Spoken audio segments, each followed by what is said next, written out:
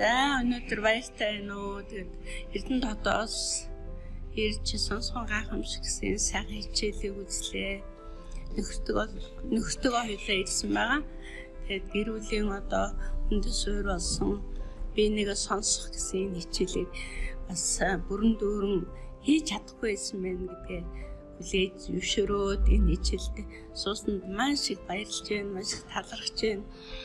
Тэгээд гэр бүлд ер нь яагаад гэр бүлд одоо асуудал байдгийг энэ сургалтаас олж харсандаа баяртай байна. Тэгээд цаашдаас нөхөртөөгөө болон хүүхдүүдтэйгээ ажиллах маш сайхан үе таалга нэгдэж байгаа гэмтлөө маш их баяртай байна. Энэ сургалтыг маш их дэмжиж байна. За баярлалаа. Энэ сургалт сонсонд маш баяртай байна.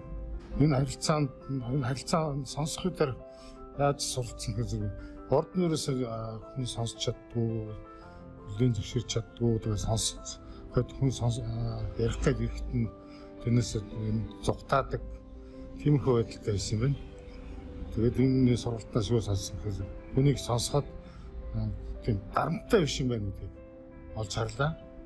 Тэгээд хоёрдугаарт сонсоод тэр хүний ачааг өөрлөцгөж тэр хүнд ачааг зөв үйлдээд тэр асуудлаа өөрөө олж харахад нь яаж туслах ёстойг маш их суралцлаа. За гуравдугаарт гэр бүлд ямар хэрэгтэй те сонсох гэдэг ямар гэр бүлд хүүхэд ээж аав өвөө эмээгт ямар хэрэгтэй юм бэ гэдэг бас олж харлаа.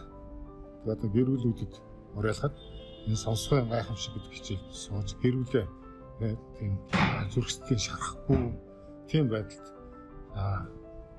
авчрахад маш тийм дөхөнтэй мэдээлэл маш олж харлаа. Баярлалаа.